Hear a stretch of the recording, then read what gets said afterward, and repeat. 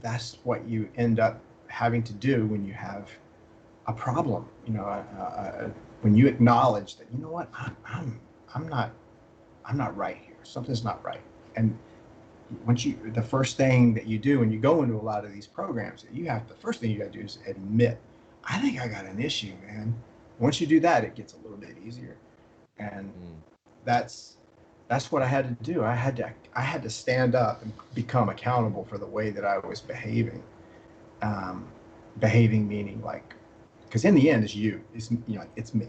I'm the one that's going to look at that drink and go, if I drink that, I'm screwed, and I know it. I don't want to need it. I don't need to need it, and that's where I had to get in my head. I don't need to drink anymore.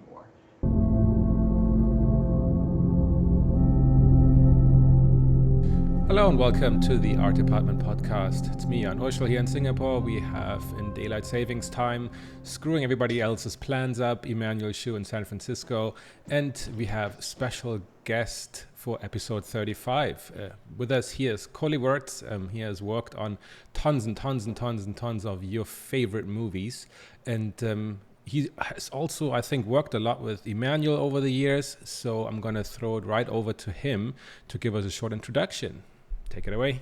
Yeah, so Colie and I met on at ILM in the commercials department, and that was 20 plus years ago, right?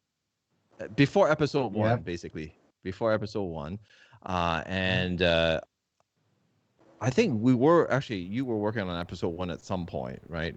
Still Rebel Mac, But either way, I remember Colie helping me out with a lot of the modeling stuff that I didn't know, because I would go in there and I was like, oh my God, I don't know how to do this. And I remember your help. And I also remember you went through a lot of different things at that point. And I thought it would be really interesting to hear about you because I found it to be quite inspirational. And I think it's really something that people should hear. I find it very interesting. So why don't we just do a sort of a brief sort of timeline of, just a short one about you, okay. And then we can jump into the ILM days and go from there. Right on.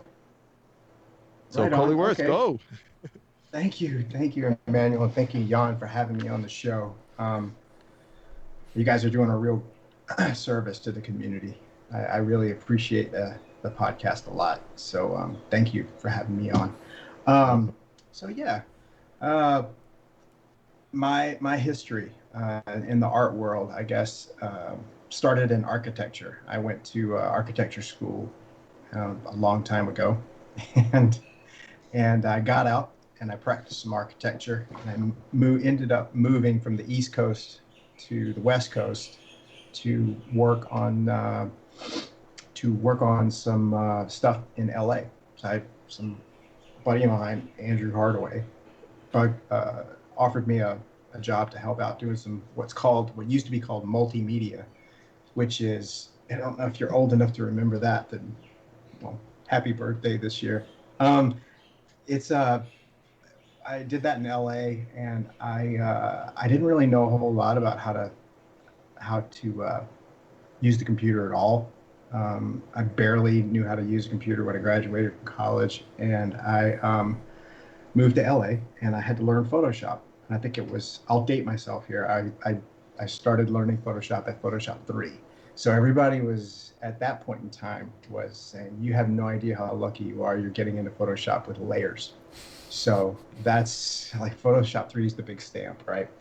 So that's when I started learning Photoshop, and I drew a lot as a kid, and I drew a lot in college, and I didn't get to draw so much as an architect. But when I got out to LA after 2 years of architecture, all of a sudden I realized, oh my gosh, I could draw and use a scanner and scan this thing in, and after I develop an idea, I can paint over it in Photoshop. Like, oh crap, now I got to understand color. And now I've got to understand better composition, because now I'm trying to tell a story. So that was like when I started to get introduced to cinematics and little things like that. A little 5-person studio in Hollywood, and we were doing multimedia, and I got into modeling. That the studio needed a modeler, and I, so I learned how to model, and I was part of a group of people at that time that could not afford to get behind an SGI. Um, I saw people using SGIs, which for you younger people listening, Silicon Graphics Incorporated, right? Isn't that what it was called? Silicon Graphics Industries or something. Anyway, they're defunct now, but they ran all the big 3D software, which was at that time was like Alias and Softimage and Wavefront, and those were the three biggies at the time, I think. And it was really expensive. And I was in LA at a time where the Macintosh was starting. They started with the clones. So the clones were affordable Macs. You could buy a big one and throw some. We used Electric Image for rendering, Form Z for modeling, After Effects for compositing, and Photoshop for our textures.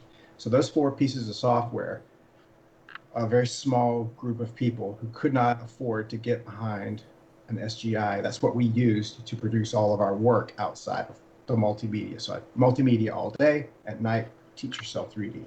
So that's what we did. I was in my 20s, so I was like, oh my God, I had all the energy in the world. I was getting an education. I was getting a design education. I was surrounded by a lot of people from Art Center, which was kind of the big deal. I learned about Art Center right when I got there. These were the people that were behind the SGIs, because Art Center was more or less getting subsidized by Silicon Graphics to a degree for these people to learn. They get out, they go get jobs at a car, GM, or go to ILM. I had no aspiration to go anywhere. I was just stoked that I didn't have to do architecture anymore. So I was happy in LA, and I was designing. I was learning how to build shapes and forms that I used to make out of wood, right, as an architect. So I love making models in architecture. So I entered a contest using these four pieces of software, and one of the judges was John Knoll, and I don't know if all the listeners know who he is, but he was at ILM. He's a visual effects supervisor at the time, and he was one of the judges for this contest through Electric Image, and he saw this spaceship that I'd worked on for this contest, and he said, I'd like to meet that. Hold on. So John Knoll, also the co-creator of Photoshop. Which is kind of ironic, right? Yeah, I mean, just to make sure that people know, that is no small name. Yeah. Okay, sorry. Keep going. Yeah, when you launch Photoshop, you see Thomas Knoll is like the first name, and then sometimes John's name is there, and sometimes John's isn't named. It depends on the release. But Thomas Knoll is an engineering student at Michigan, I think, at the time that John was getting going at ILM. So they wrote Photoshop together. But anyway, yeah, John and I got to know one another, and I was working at ILM, and that's when I got introduced to a lot of the artists, including Emmanuel. That wait, hold on. I think know. I cut you off at your contest. Why don't you continue with the contest? Okay. I'm sorry. Sorry about that. So this contest, John was one of the judges, and John was using those four pieces of software, and John had challenged, unbeknownst to me, at ILM, John had challenged the entire pipeline. It's like, look, he had told George, if I can do, and I think the re-release of Star Wars was coming up. So this is like 97, 98. And they wanted to do some space scenes and space battle stuff. And John had said, you know what? I don't know why you want to spend all this money and time trying to force spaceships through a pipeline that's designed to do dinosaurs, more or less. And I think I can do these on a Mac. And George is like, okay, let's have a contest. And he convinced John, or he convinced George to, like, okay, well, let's see what we can do. I'm sure the producer's going to want to save money, so let's see. John pretty much did 4 or 5 shots at the space battle over a weekend, which if you know John, that's like, that's standard for John. But he does this stuff. It looks amazing, and the rest of the CG pipeline, the supervisors over there, they're just trying to get a way to do it underway over the next couple of days. So George is like, well, I guess we've got a winner. So I think John. So here's the contest. John is working on this new group of guys at ILM who are going to be using the Mac and these 4 pieces of software, and they were called the Rebel Mac Unit, right? The reason they were called the Rebel Mac Unit is because George had signed this giant contract with Silicon Graphics at the time, and we weren't going to be able to tell anybody we existed because of Silicon Graphics. So it was called the Jedi Agreement at the time, with of course with ILM, or with Silicon Graphics and ILM. So Electric Image and all these other companies that we were using their software, we couldn't say that we actually were using it on Star Wars. A lot of them got pretty ticked off about that, but to be honest, it didn't really matter to me because we were all having a good time learning ILM level VFX work on a Macintosh at ILM. So John was a judge. He saw my work. He asked me to come up and interview, and that's how I moved from LA to the Bay Area, which kind of puts us at the beginning of the next phase of what my life was like. I guess right, probably right before I met you, Emmanuel. So the prequels, the re-release was great. I'm surrounded by people that I look back at now and I go, good God, these guys are incredible. They're still incredible, but I didn't know who they were. Like, I did not aspire to be, the guy at ILM. I just never did. Like I said, I was so happy not to be in architecture.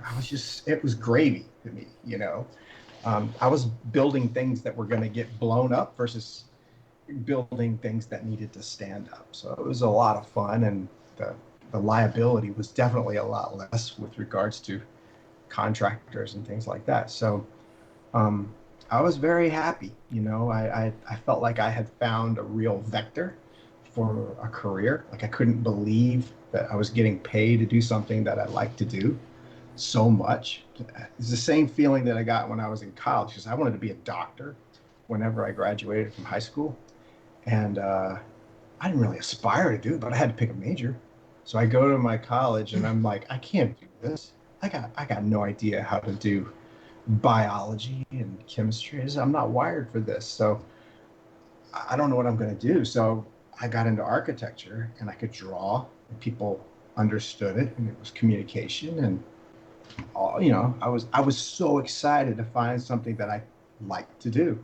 And so I keep jumping from one thing to the next. I'm like, oh my God, I can't believe I found one more thing that I really like to do. And I already kind of like to do this. So that's where I was, And so just quickly so that was, at ILM, you were making shots, right? Pretty much. Yeah. At the Rebel unit, you were responsible for making, a shot from modeling, texturing, was the task mainly? Yeah. So no one called us generalists, but that's what we were. It's just that simple. The matte painting department were generalists. We were just generalists doing much more rigid, we need to figure out the animation. We had to go to animation dailies. We had to go to compositor dailies. We had to go to each set of dailies at ILM. And I just happened to be the model texture light guy. I wasn't the greatest animator, but the tools back then were so arcane compared to what you have access to today that it's a wonder things looked as good as they did back then. Some of it still holds up really well, but yeah, I mean, I think a lot of people don't realize that in those days, basically that was a unit that did basically from A to Z the whole shot.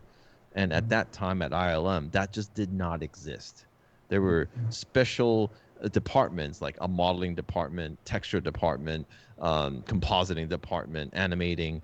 So they would not be one person doing the same thing. It would be this department goes to that department, goes to that department, and it was really an old school way of thinking. And I remember when I went in there, I was a modeling and texture, a view painter. That was what they called it at that time. And people were just like, how can you be at two meetings, like modeling and view painting meeting? That's not possible. People could not accept that. And then when I found out about the Rebel Mac, I was like, wow, that is cool, because you're responsible for your own shot. And that was super, super cool to see. But I do have a question is, because I remember I remember Evan or somebody showing me your drawings, and part of your drawings got you into ILM. I think that was part of, you had done some spaceship drawings or something. I remember seeing it. I forget who was showing me. So had you always been drawing spaceships? So no is the answer, but I drew a lot when I was a kid. So where I grew up, we were pretty rural. I mean, here I am going all the way back again. But where I lived, I grew up in a real rural area, and my sister, and brother, and I, we'd sit around at night and just draw. That's what we had to do. And my sister and I would be in our room. Be in a room, we just find the magic markers that worked, and we'd draw. And we had people aren't going to know this. A lot of people aren't. Encyclopedias were a big thing when I was growing up, and the A encyclopedia had the airplanes, right? So you could open, get to the airplanes, and you could just see all the pictures of the airplanes. I loved drawing these airplanes. So I started doing model boxes. I get models, and I could never build a model to look right because we had crappy paint. I didn't know how to use it, testers or whatever it was, and so I'd draw the model box cover. I'd teach myself to draw the model box cover. We had a comic book shop down the road, or actually it was like a 7-Eleven that sold comics. Taught myself just figuring out how to draw stuff, looking at other people's work, and figuring it out. And so, no, the long answer, no, didn't always draw spaceships, but I copied and taught myself how to draw by drawing other people's spaceships. I could draw a TIE fighter, open a book, open that one Star Wars book that we had, and make sure you draw that TIE fighter exactly like it. So when I got to LA, I started to reinvestigate that thing that I had stopped for so many years, because people actually wanted it.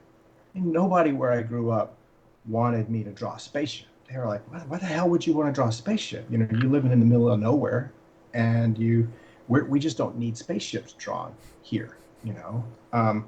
That's not the industry. We need you to figure out how to draw houses and and all this other stuff, engineering style stuff. And I'm like, that's cool. I got to LA and I'm drawing spaceships again. I'm like, holy shit, I'm getting paid a lot more to draw something that I love to do. And I'm like, I cannot believe this. How did this? Anyway, I'm 3,000 miles from home, and it seems okay, so I'm going to go with it.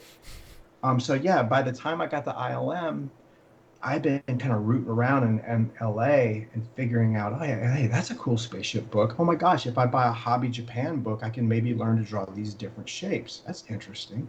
And so that's how I just kind of taught myself through things that I was interested in.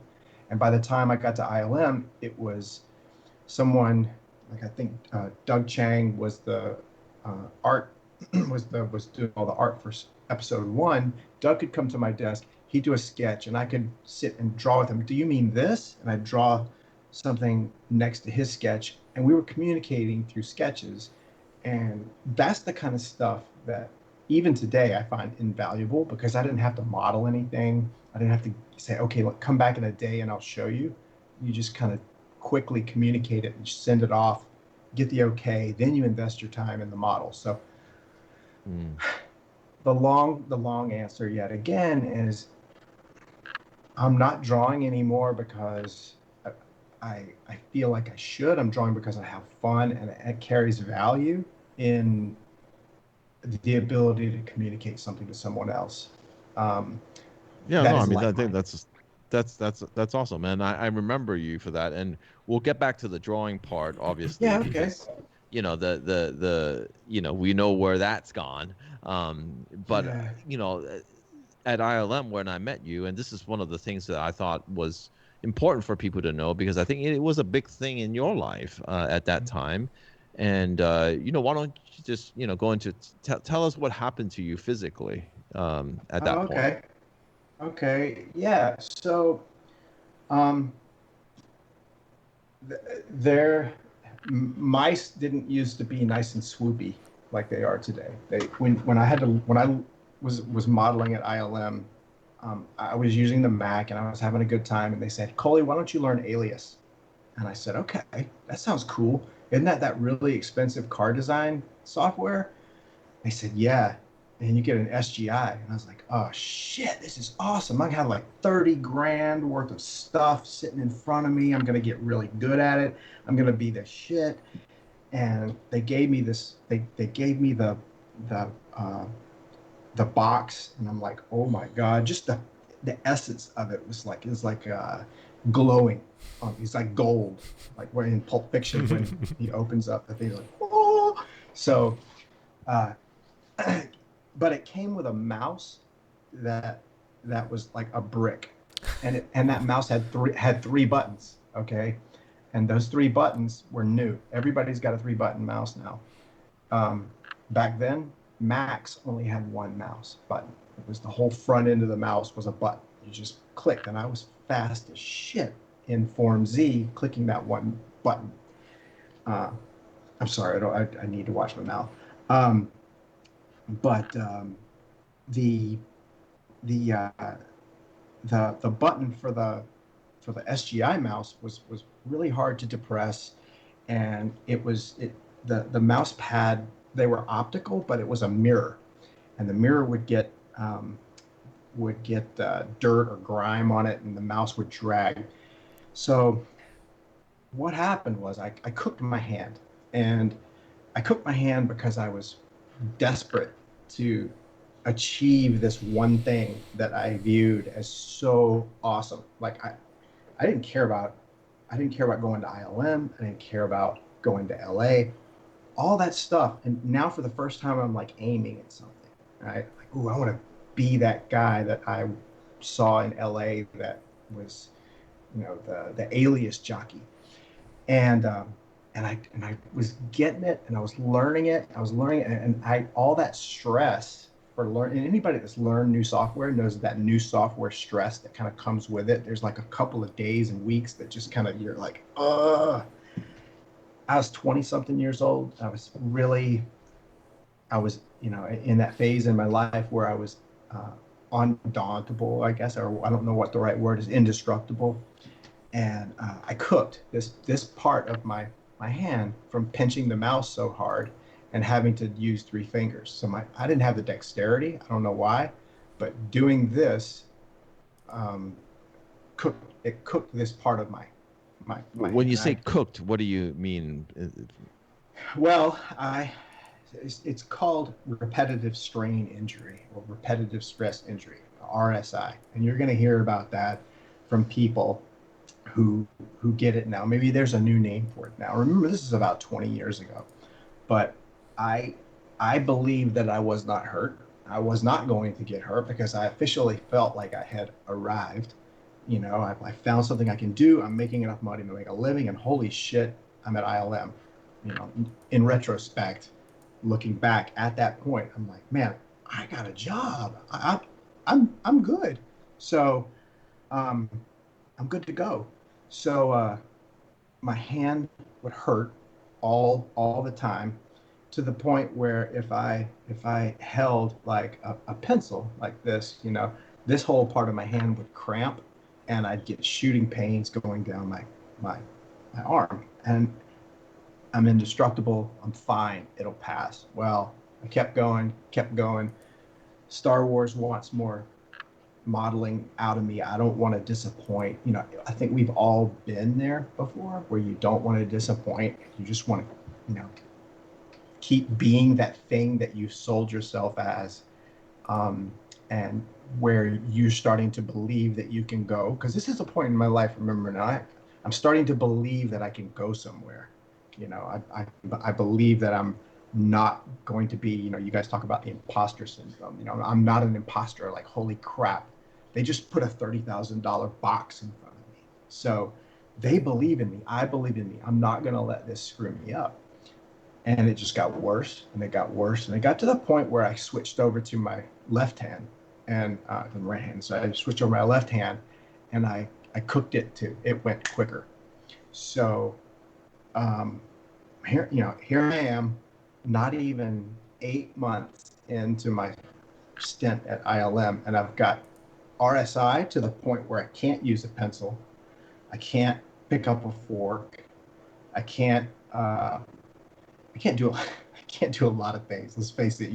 The opposing thumb is not over overhyped. I mean, it's a big deal. So I was I was at a point where I had to go to the doctor, and the doctors back then, it was still the kind of the beginning of the whole digital thing, and nobody, and a lot of the doctors hadn't seen this kind of injury in somebody who was 20, in their 20s.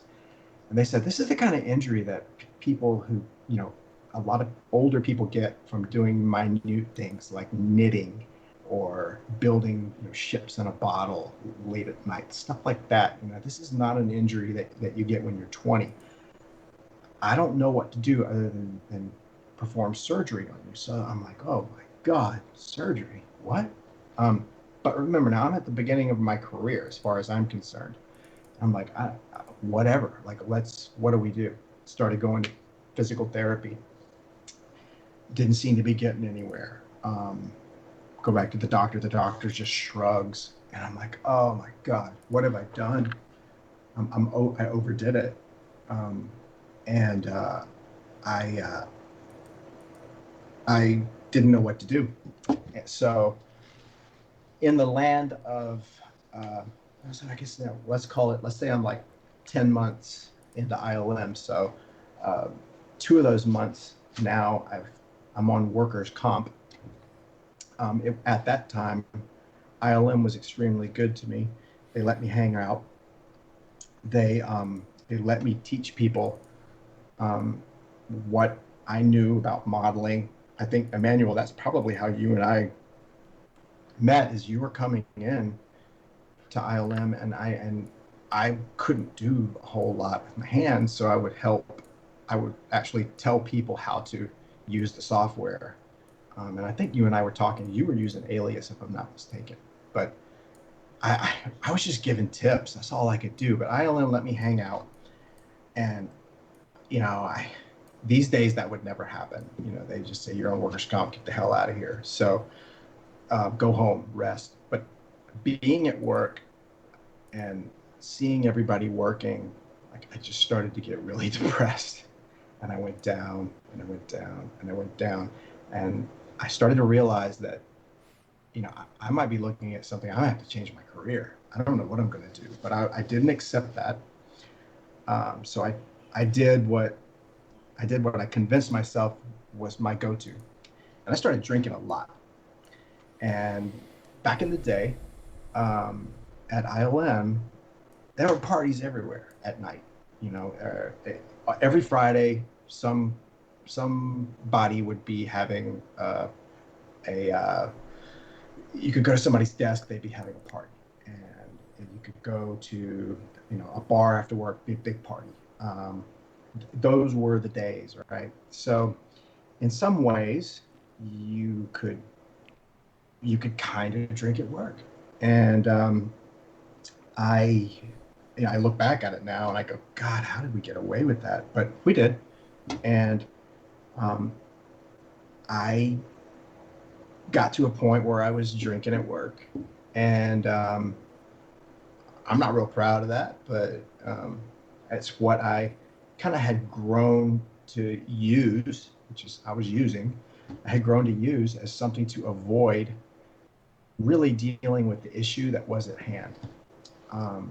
Now, I kind of started doing that when I was a teenager. I drank a lot to avoid certain shortcomings in myself or issues that I had. And it worked because I didn't focus on it. I didn't fixate on it. And I was able to kind of it brought me down a little bit, you know, because I guess you probably tell in this video, I'm a little bit high strung. But I come down just a little bit and not focus on it. I can kind of move ahead in life just by having detuned myself. So I started drinking more and more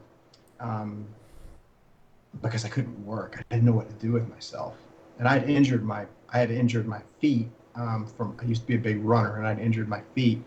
And I remember I couldn't run anymore back when I was, you know, at home on the East Coast. And I lost something that was part of my identifiers. That was I identified myself as a runner. Now I was identifying myself as a CG artist. And I was identifying myself as a sketch artist, and I couldn't do it. You know, I was yet again facing a wall that I couldn't overcome. So what do? I drink, and I drink harder. I drink harder, and I drink harder. And I grew up drinking pretty hard through high school and through college. And so I was good at it. And I wasn't when I say good at it, I mean, I wasn't breaking a whole lot of things, but I was definitely somewhere between the life of the party and then slowly moved into the guy curled up in the corner with magic marker all over his face. So that was me. Hello, I'm that guy. So somebody draws a thing on your forehead, that kind of thing. All the stories. So yeah, Jay Bart's wedding is one that I will never forget, and that's for you, Jay Bart. But that said, I didn't know what to do because I didn't know how to put a group of puzzle pieces together to get through this, because I wanted to get through this injury. And one thing that I've learned about repetitive stress injury, and one thing that I've learned about just repetitive stress injury, whether it's your hand, whether you do some other job and it's your back or it's your leg, very few doctors are going to be able to give you a magic bullet. Everybody's different, and everybody heals differently. Everybody has a different outlook in their mind about where they want to be as they go through this injury. It's going to be about 3 or 4 different things that kind of come together and combine in a way. And believe it or not, you become the tuner of each one of these doctors that you meet with, or therapists or acupuncturists that you meet with, and you'll tune and get them to work together, and they'll put you in a position to begin to come back up to become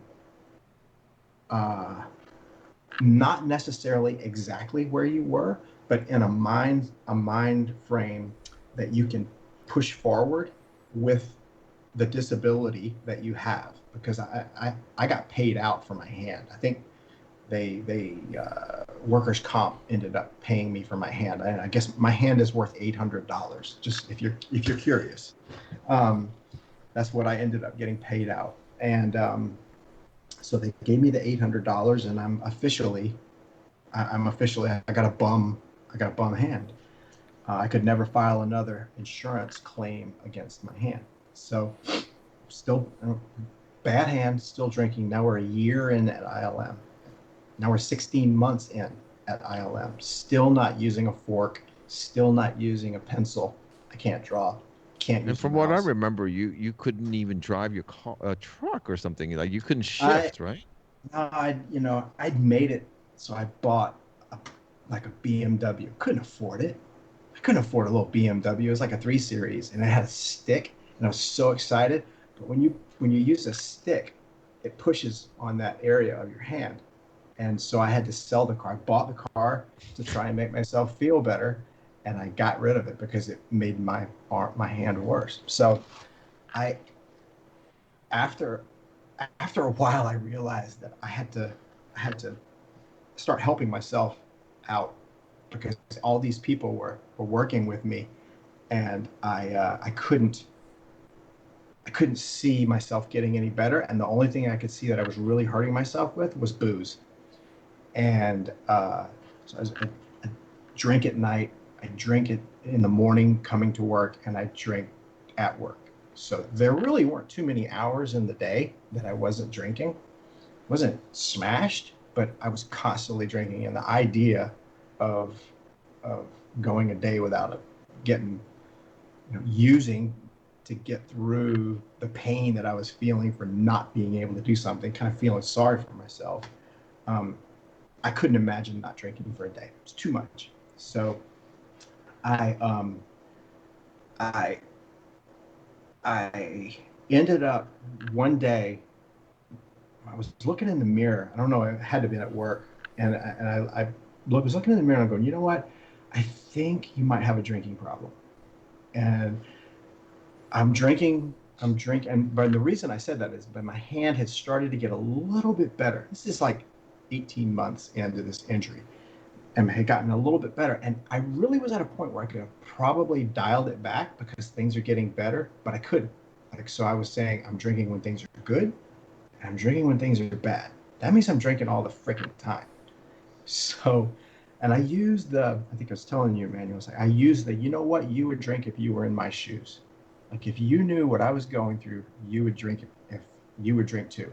And if one person, if 100 people said, yeah, I don't know if I'd do that. If one person said, yeah, you know what, you're right, I was like, that's all I needed. So I kept going and kept going. Finally, I realized that I might kill somebody, because I lived in Petaluma at the time. I was driving back and forth between Santa Fe and Petaluma, which is about a 40-minute drive. I started to think that, you know what, I'm going to kill somebody. So I'm going to drive home drunk one night, and I'm going to mess up. So I got help, and I didn't know what else to do. I reached out to people in AA, and I got help there. And I realized that, you know what, the way that I'm treating myself is kind of pathetic, because I'm working so hard to get over this injury, and I'm pulling myself down by feeling sorry for myself. I mean, this is not right. You could be doing better than this.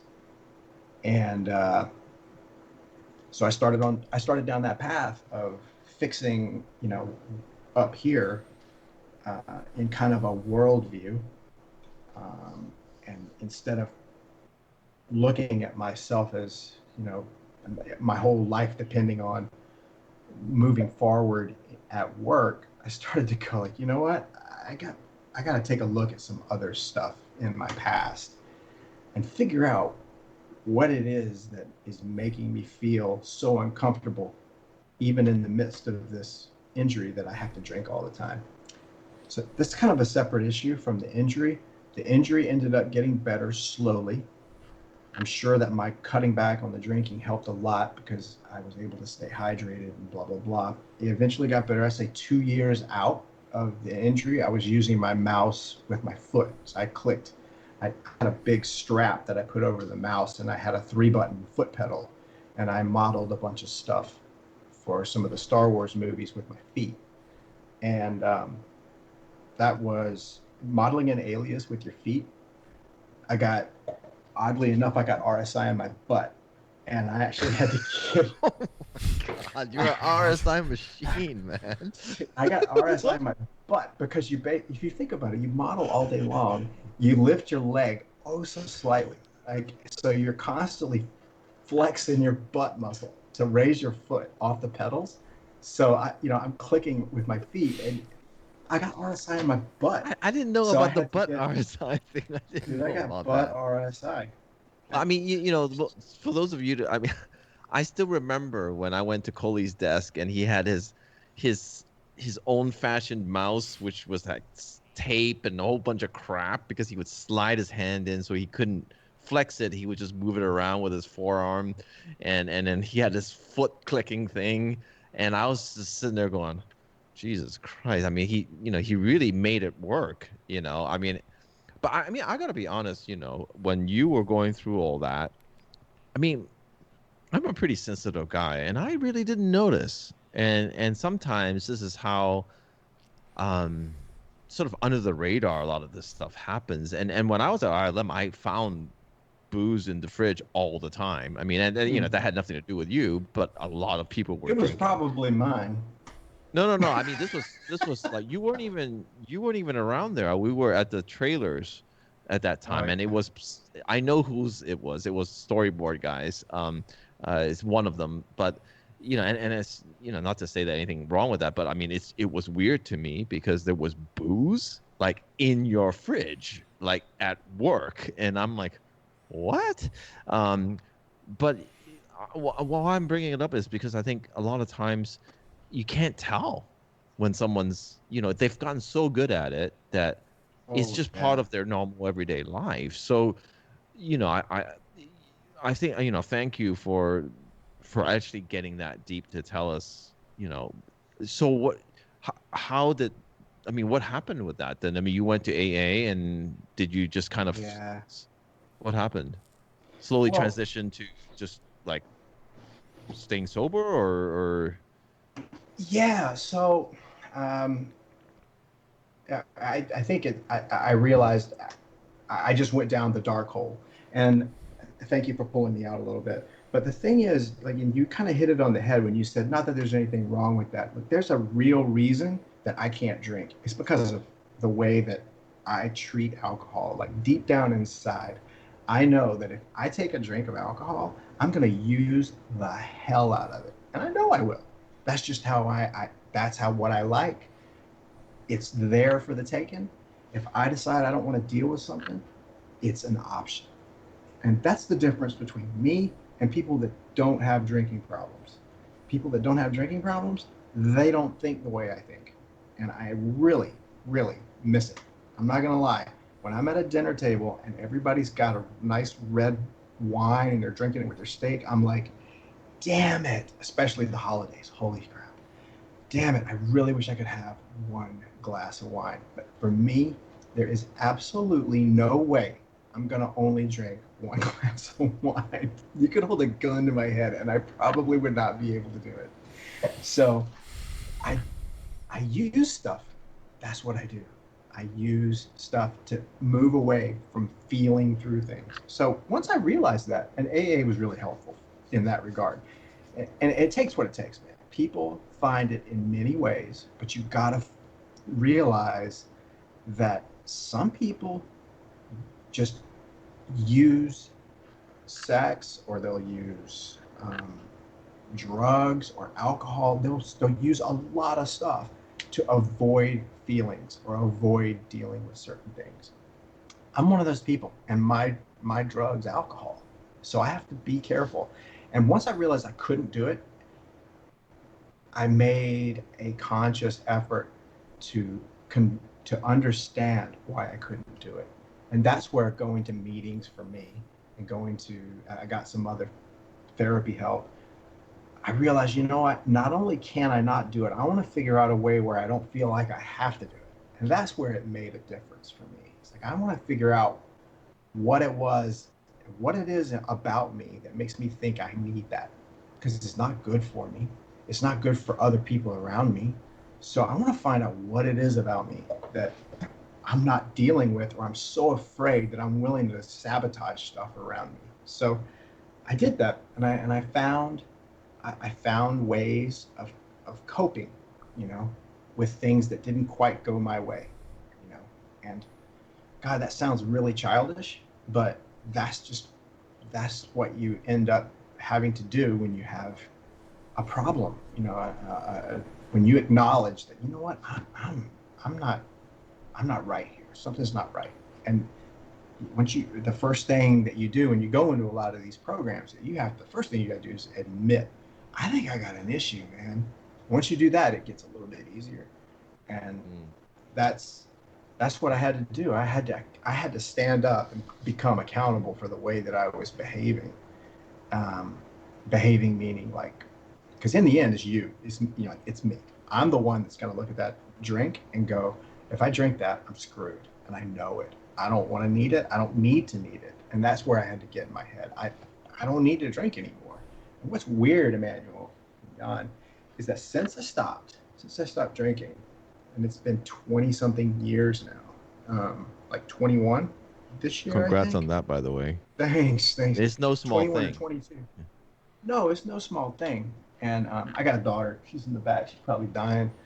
Um, but my What's daughter, she dying? huh? She's probably dying because she's like, oh my God, I can't believe Dad's telling all these Oh, people on this podcast that he drinks. But I'm not secretive about my drinking. Everybody knows I don't drink, or if they don't, they do now. But but yeah, I I got a daughter, and we talk about it all the time. And my mom and dad aren't alive anymore, but God, I I'm glad that I'm comfortable. Like I wish I'd been comfortable enough to talk to my mom and dad about this kind of stuff. mm, And my daughter knows that she's got a direct line to me, and she's in high school now, so she's starting to be exposed to a lot of this. But I'm just glad that I've gone through this, because now I can talk to her about it, and I get to talk to her about it as the whys that I did it, why I did it. You can insert so many whys into it. Um, your story might be different than somebody else's story, but you can still kind of see the downward progress of, I wasn't feeling good about this. I needed to feel sorry for myself. I drank, and then I started over the next day. It just keeps going, and it becomes part of your life. But I'm just really glad that I am able to have a dialogue with my daughter about it. So many people have never seen me drink. It's the craziest thing. And I don't well, I take mean, it for granted. I know you well, and there was a long time I didn't know. And first, thanks for sharing, something so deep. And I actually think that's the reason why I had you on. I mean, obviously, we Mm, all know your work, and that part of it is certainly interesting. But I also thought this was more interesting because maybe there is somebody going through that, maybe there's somebody going through RSI, because mm-hmm, that is no small thing, and mm-mm. that happens, and you always think it doesn't happen to you. It always is like that until it does, and you were the RSI magnet, or obviously I never even heard about the butt RSI, but having it on one hand and then the other, I was thinking, how unlucky do you have to be? And it made me kind of stretch every day and go, oh, I don't want any part of that. Um, so really want to thank you for going that deep, because I think Yeah. uh, it takes a lot to do that. Honestly, Jan, did you have any questions? Any, Oh yeah, yeah. I'm thinking about it a lot. I mean, I don't have any personal experience because I guess I'm just a different kind of person, right? Because you said like, what's really struck me though is that it's like it's really a mind thing that you have you have to now stay away from it because you will use it to different Mm-hmm. ends, right?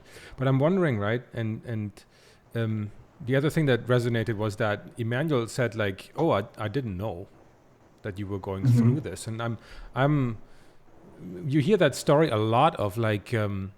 I think recently of like some high profile suicides of celebrities where everybody said like, hey, he Yeah. was the happiest guy, like how did he kill himself?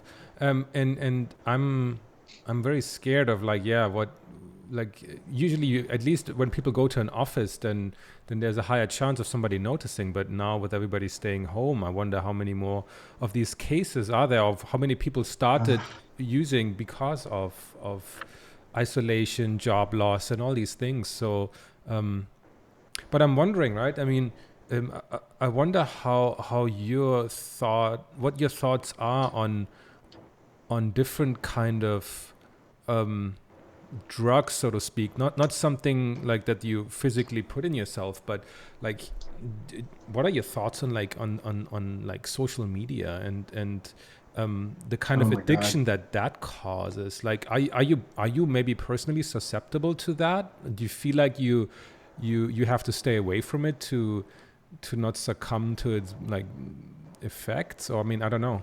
I would be interested. That's a really good question. Addiction is the same, like no matter what. Like when you're using something, and when you start doing something like over and over again, and you hope that the outcome is different. I think they define that as insanity, right? You get on social media, you hope that you feel differently when you get off of social media, but you feel exactly the same or worse when you get off of social media. That's kind of moving into the whole realm of the same type of insanity that I used to hear about when I was, heavily involved with taking care of myself. And I take care of myself every day with regards to mentally, because I'm hyper aware of a lot of stuff around me as a result of being an addict. So social media has kind of come in, and I hear people speaking about the way that they want to put it down, the same way that I would talk about wanting to put down, beer or liquor at the end of my giant spree. And unfortunately, or maybe fortunately, there will be help for people that run into this stuff, because alcohol is social, and you were talking about social media. So there's this sense of feeling like you're going to get left out. I know that I polished my drinking skills in college, because that's where you needed to be most social. For me, I was moving away from home. I'm in a social situation. I want to move forward in my life. Everything's greased up now. I'm just going to make sure that that all the pistons are working properly. And I'm going to, if I need to drink, to make sure that I, am the person that I want to be seen as I go through college. Maybe that helps me in the future. I'm going to drink. Well, now it's social media, so, or at least that's my perspective. There's a lot going on with social media, and I'm glad I have my teenage daughter tells me about what goes on social media at that age, because a lot of what goes on at that age in social media is very similar to what was going on psychologically and socially at parties whenever I was in high school. The type of banter is, you no longer have to leave your house, for it. But that said, I'm the worst at staying on track on some of these questions. But the big thing is, when you're doing something and you don't feel like you can stop, you just need to kind of back up and ask yourself, am I doing something and expecting the results to be different, and then getting up and doing the same thing again and again? And that's when you need to ask for help, or start to ask people, when did you stop? And oddly, there's a lot of people. I'll say a lot. There's a handful of people who have come to me about my addiction, and from work. And I'm one of the things that I am happy to be at work is the guy that doesn't drink and is out with his addiction, because a few people that are close to me now and that are artists, we would talk about it, and I hate seeing people suffer when I've suffered the same way. But my level of empathy there is huge, and be it alcohol or be it people with RSI, and it's really because I've been there, and empathy from me on that level is very high. So Let me ask you Jan, this. Jan, I don't know if I answered your No. question. I think you did. You did very well. Sorry, Emmanuel. I just thought to ask it, also just because I'm curious. Are you afraid of getting addicted to social media? I mean, straight up, like, is that something that you say, hey, I'm going to limit my time every day? I better taking my life or taking over my life, anything like that? Yeah. Let's see. There were some times when I was dating. I have a girlfriend, and but we're not married. But we dated, and we did online dating. Is how we met. I'd say when I was online dating, I was on it way too much, because you're doing, you're going for something, right? Sure, sure, You're sure. trying But to that's meet natural, someone. right? It's natural. That said, I've just gotten involved in this NFT stuff, and the same feelings that I have had when I was going through the dating apps is the same feeling that I have with, dealing with this NFT stuff. And I've only been in this NFT stuff for a week now. The big thing is I recognize how I'm feeling toward this NFT stuff because I've been through it before on the dating sites. Now, I'm not trying to say that dating and NFTs are the same thing, but what I am saying is that I recognize a feeling. Now, to double back, when you drink and you don't get to feel what that feels like the first time and be able to compare it to what it feels like when you're going through it another time, that's when you're missing out. So that's what I missed out on when I was drinking. So we're clear. I I was not present for what was going on in a situation where I probably could have helped myself. And so when that situation came up in another area, I didn't feel it the first time, so I'm not going to recognize it the second time. So I feel like I lost so many years as a result of not being present in my own life. That sucks. So to get back to your question, Emmanuel, because I sensed it in the dating circles on the dating apps, I see that and feel that sensation on the NFT stuff when I'm trying to, you're trying to promote yourself or in the NFT world. I feel that, and I know that, you know what, I got to be careful there, because I felt like I was spending more time than I should have been on the dating apps. Therefore, I might be spending too much time and effort on the NFT stuff. So I dial it back. And that is the gift of being present, that you can adjust in an area just by having a sensation and knowing that you shouldn't be doing it in another area. Does that make sense? Yeah, yeah. No, I mean, I think, Jan's question is actually a really good one because, I can see social media is a drug like any other drug. And, we've all sort of gone down that rabbit hole. I certainly have. And at some point, for me, it's easier at some point to say, okay, I got to take the weekend off. This is, this is way too much. But, also me, I was a smoker, so, I had Mm-hmm. some form of addiction on That's something, right. I and remember. it was brutal when I stopped. But, nothing like alcoholism is totally different. But I mean, in terms of the severity of it, I mean, smoking is smoking, but Oh, I I have. don't know. It's the I mean, same stuff. yeah, but I mean, you could smoke your lungs out, and you're not gonna, kill someone driving a car. I mean, it's just not gonna happen because you don't get drunk smoking Yeah. cigarettes, but you might get lung cancer or something. But I mean, it's just, it's not doesn't have its immediate sort of, Yeah. the payoffs and also the dangers associated. But I mean, it is an addiction. That's not kid there, but I mean, I think the social media aspect is definitely a really good one because I think we're all going through it now. No, Yeah. wondering. I know I'm on social media more and asking myself, should I be? Is this a good thing?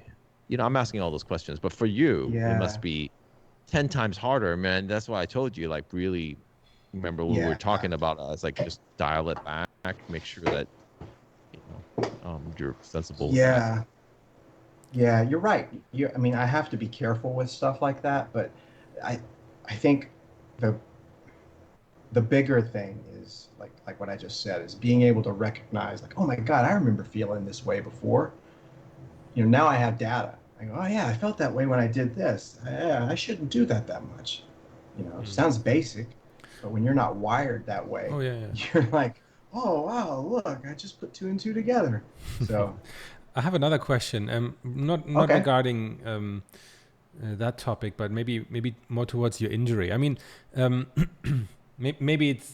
I think I can relate a little bit to the RSI. I think, I mean, this kind of injury doesn't come out of nowhere, right? It usually No. starts very slowly and you start ignoring it and you're like, it's fine, it's going to go away tomorrow. And I don't know if I don't know if this is because we're men and we're supposed to, and we have been taught to like not be wimps or whatever and to power through it. I don't have any data if this is less common amongst women. I have no idea, but I know from myself that there's it's like, I don't need to see a doctor. It's fine. It's gonna be okay tomorrow, and I think it's slowly worse day after day. But I mean, I'm wondering though, is there? And because you said it was tied to this feeling of yourself of like, oh, this is the first time in my life I wanted to achieve something, like this is what I want to do, right? And so there's an even stronger sense of like ignoring it, I think. But I'm wondering these days, like what kind of mechanisms, or do you have any mechanisms in place to recognize these things early, or if you feel like, okay, I'm really overdoing it, I'm straining myself too much, maybe I need to do some, I don't know, yoga or whatever. Do you have anything in place? Because I'm sure that you have things you still aspire to, right? It's things that you want to do, that you want to achieve, right? So, but how do you regulate yourself? How do you manage that? That's a good question, Jan. Most of it is up here. I need to be in a reasonable mind space. I know if I'm stressed, in general, I'm setting myself up to just, clench, right? That's you're firing muscles when you're clenching all the time, right? So as things begin to open up a little bit more over in the US here, I'm able to get outside, do a little bit of climbing, go to a climbing gym, which is ironic because my fingers are the things that screwed me, and here I am. I'm strong enough now where I can actually rock climb, which is funny when you consider. I wouldn't call it funny. I would call it amazing. No, that takes some Well, willpower. No, maybe it's ironic. How about we go that route? Okay. But yeah, I have mechanisms in place. I mean, the first thing is it never goes away, right? It's always going to be there. There's a little knot like right here on my thumb, and I don't know anybody else that's got it in that same spot. Somebody might have it here. Somebody might have it over here. Everybody's different. But what I remember, and it's part of my life now. It's a scar, and it's a psychological scar because it's always there, and it's also scar tissue inside my arm, my thumb. When it starts to bind up, I've got a row I've got like lines of things that I do, and I found that even something like a highlighter, when I'm talking with you guys, if I just sit here and break up the scar tissue, it's always there. It's always going to coagulate right there. So I just break it up while I'm sitting here talking to you, and I'm moving forward, and I'm not even having to. I'm not stressing. This is part of my line of defense. It could be, the end of a pencil. I just take it and I get into some finer areas, but I've learned how to take care of my hand. Step 2, if this doesn't work, I go get a massage. I get a professional to give me a massage. Maybe they massage, and it's $100, $150. Maybe they'll loosen all this stuff up. But I know that's step 2. Step 3 in the line of defense. If that doesn't work, I get acupuncture, right? Step 4, I back away from work. I tell the production designer, whoever it is I'm working for, that I need a couple of days off. And on those days off, I focus on no stress, no nothing. And then, so far, knock wood, if it's not gone away by then I've got to take some serious time off. But I know that I'll be okay because I've gone through this before, and I'll come back. And I believe that. And so far, just sitting around and doing things like this and making sure that I break up the tissue. Visually, I have an idea of what is going on inside my thumb. Like I can almost visualize everything that goes on in there. And the number of times that I've had to go get a massage over the last 20 years has gone down so much. I mean, I might get a massage like once every 6 months now.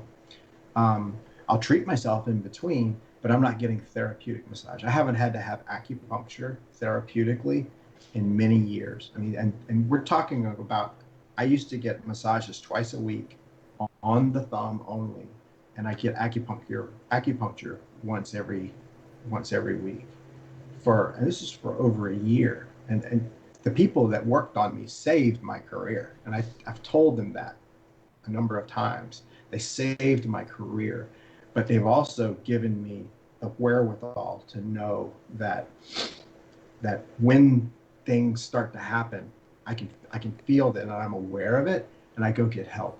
And the key is to not think that you can do all this work all on your own. I can maintain it to a degree, but there does come to a point where I kind of fall off a cliff, and I'm like, shit, I need to get a massage, or shit, I need to go get some acupuncture. It doesn't mean that you're busted for good. It just means that you're maintaining yourself, and that's key. That That's is great. key. I mean, it seems like you have a good self-awareness sort of when it comes to, you know, keeping your body in check and knowing where the danger signs are. I think a lot of people in that Yes. situation uh don't have that right now. And like John said, just, hey, tough it out, man. You're a man. You can deal with it. Yeah. Don't do that. I mean, look into help. Any help. I mean, if things start going bad, I mean, this is your livelihood. And I Yeah. can't remember, thinking when you were at ILM, I was like, what it would be like. You couldn't drive.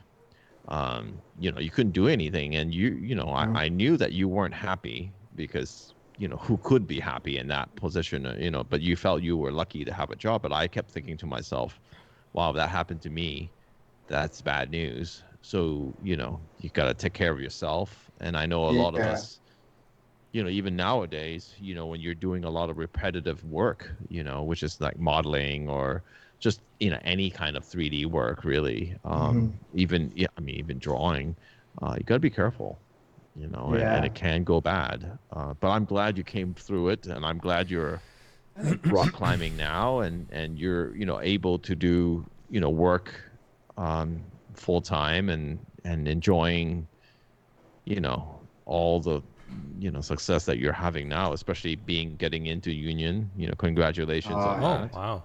Thanks, That was a long time coming. bro. You hooked me up there, man. You were there. You were there to talk to.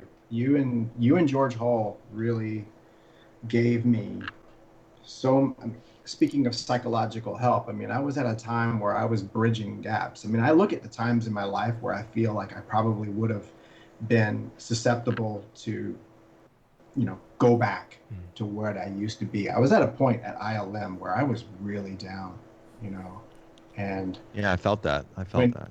oh my God, I could not get into the art department. I could not get into, I felt like I had more to offer, and I just could not go above what they saw me as, you know. That's where a lot of my art was coming from. Was, my personal art that I have now was just me trying to get better and So, I mean, I improve. just want to let people know that at that time, you know, you were trying to make decisions, as to, well, I mean, you wanted to be more of a designer, and ILM was seeing you as more of a sort of concept modeler. Hmm. And I think you really wanted to step out of that. Hmm. And I remember you just, kept drawing and, kept daily drawing, post-its, and then, your final drawings, all that kind of stuff. And you just took it upon yourself to do that, right? I mean, can you Hmm. just touch on that? What happened Yeah, there? yeah. Another really quick story. So I get through this mess with my hands, and I'm dealing with I'm the king of all drunks. I'm dealing with that, and I'm like, how am I going to draw again? Like, man, how am I going to draw? Well, the markers that the markers that the art department used at the time that I was getting sober my hand was getting better. They were fat. They were like Copics or whatever. They weren't Copics. They were like Prismacolor. They were big and fat. So of course, like when I was coming back, the first thing I did, I was modifying everything. Like I'd take a pencil and I'd wrap tennis racket grip tape around pencil to make it just massive, so that I didn't have to pinch. So this is all about how do I move forward and modify everything so that I can exist. So my mouse, I think you guys have seen it, or a lot of people that I've worked with have seen it. It was called Franken mouse, and it was full of all this foam padding and tennis racket grip tape, where I could just let my hand go like limp on the mouse and I just move it because the grip tape went over these bones. So all I had to do was lift my skeleton and it would move the mouse, and I could click with my feet so I could work and move the mouse. So I did the same thing with the pencils as I got back to drawing, and then got back to I got into marker drawing because Doug Chang at the time was doing the marker drawings, and I'm like, holy shit, that's what I need because those markers are big and fat. So I started drawing on this huge paper, right, like this, 11 by 17 paper, because I could use my shoulder to draw. I didn't have to do this anymore, so I could use my shoulder to draw, and that's how I got back into my drawing. I had a big desk at ILM back at Kerner. I thought you were gonna say that's how you got shoulder R's. I might have it, and I think that's from climbing. But at the same time, you can. But I learned how to draw, looking at Doug's drawings, and everybody says, "God, your stuff looks," at that time, is like, your stuff looks like Doug's. I'm like, well, dude, I'm having to reteach myself how to draw, and this is the only pen that I can hold that I feel comfortable with. So I kind of taught myself. Then we moved from Kerner to the Presidio, and they got rid of all of our drawing tables because I wasn't in the art department, right? I'm in CG at the time as a modeler. So I had about like this much space at the end of my desk, right? Because my mouse pad would sit there, and so the only thing that would fit there for me to keep drawing was this. So we had Post-it notes at ILM. So the Post-it note would fit on the end of my desk. So I just kept drawing, and I'd hold the pencil really lightly.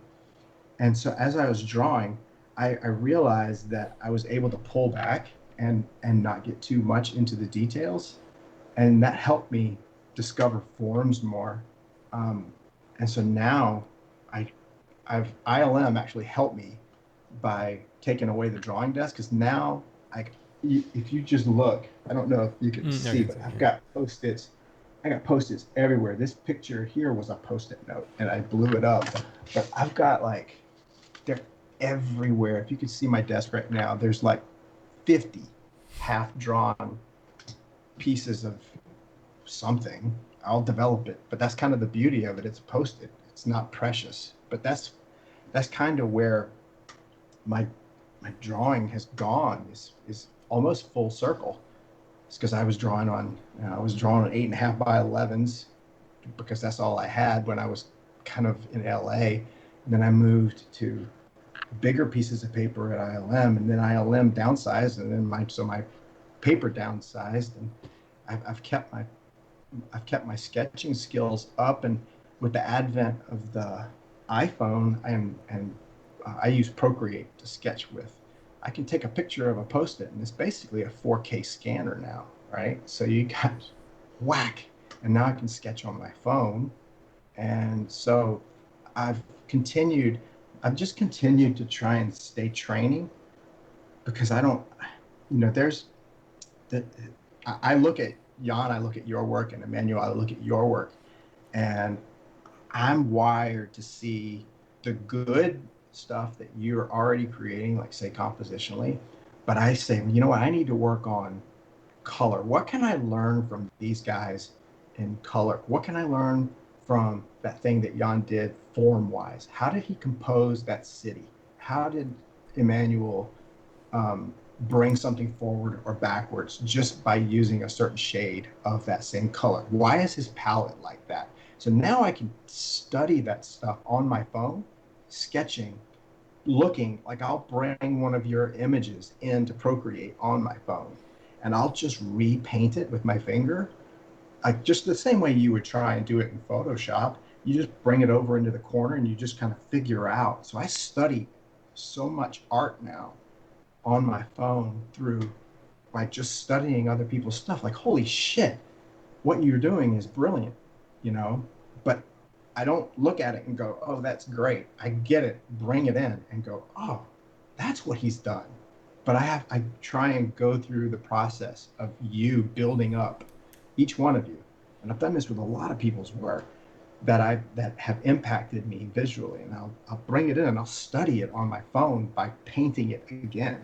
It won't be all detailed, but I'm looking at your darks and lights and stuff like that and trying to figure it out by painting it myself. No, Like, that's we're great. talking I about mean, like a 10-minute, we're talking about like a 10-minute exercise here. yeah, I But mean I make that's so myself do that's that. how the post-its happened, huh? Is that's pretty much how it happened, isn't it? What's Like that? just the post-it, the ILM post-it, that's how Yeah, it all began. Yeah. It's a yeah, good that's story. how the It's a good story. post-it thing happened.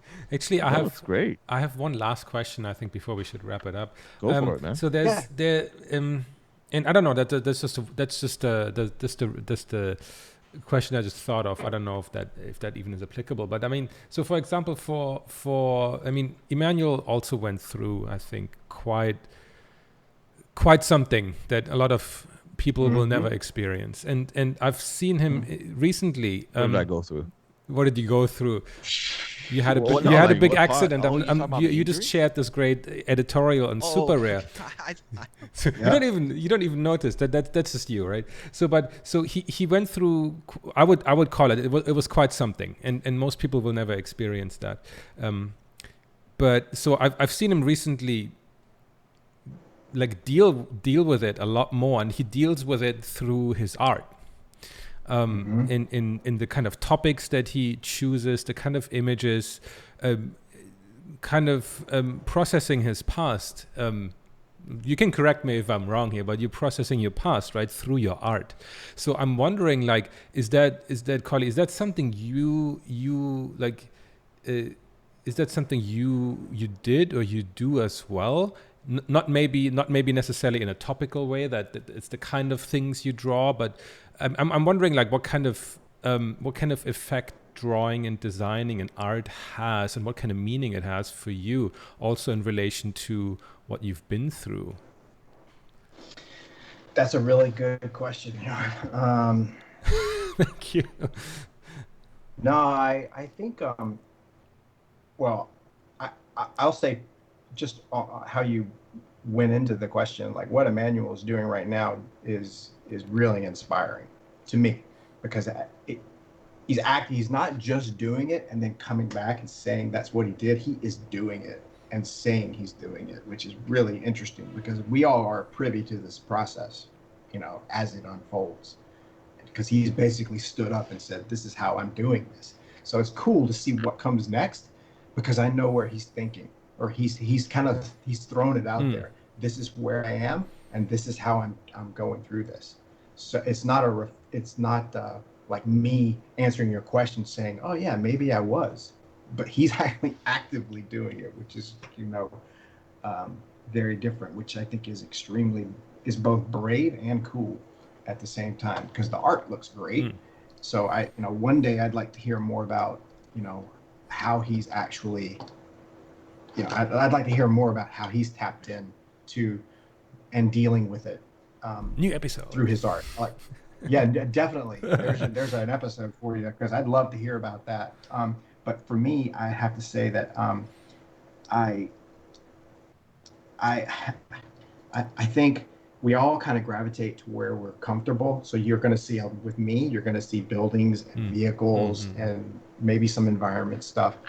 And I have focused on more dystopian stuff, probably because of work, but definitely because of interest. But I think that given the opportunity, I think that's the key phrase here, is given the opportunity to focus. I like to focus on things that are opposites, where I know that there was a phase where I was really focused on this one ship, and it was called the Paper Wasp. I sold it to a company, so I can't really use it anymore. But it allowed me, it inspired me. I was driving from Marin, which is really wealthy area. I ain't wealthy, but it's a wealthy area, through San Francisco by a Lamborghini dealership. And right by the Lamborghini dealership, you make a left, and then you go through all this the Tenderloin junkies everywhere. And then I drive to my 3D printing place that I was working, and it's in Sean Parker's old house, and it's a beautiful, beautiful house, right? And it's right next to 6th Street, which is like the feces capital of San Francisco, right? So there's guys shooting up it right next to this $1 jillion house, and but that's how San Francisco's laid out. You got rich, poor, rich, poor, rich, poor. There's nothing. There's not a lot of in between, and it's crazy. So that was the ship that I designed, and I remember thinking, this is where we're going. And the ship is designed to sit on top of buildings about 5 stories up, to keep an eye on all of the trash, the trash below. So these companies make these ships, and they just sit there and they look out and they make sure that the lower 5 stories, which have probably been given out to hyper low income people that have nowhere to go in the city, the tent villages of the city. And this private security company, almost like a Blackwater, sits with these ships, and they just go all over San Francisco and make sure nobody's going above the 5th floor. And you have these, you have your Twitters, or you have your Facebooks, or you have your everything else is above that. And there is this ceiling, this 5th floor ceiling. And all these ships have to do is go around and make sure that nothing goes above the 5th floor. But that I see that, and I don't know that that's necessarily what I'm going through, but my life is, a lot of stuff in my life has had, from my eyes, no in-betweens, no grays.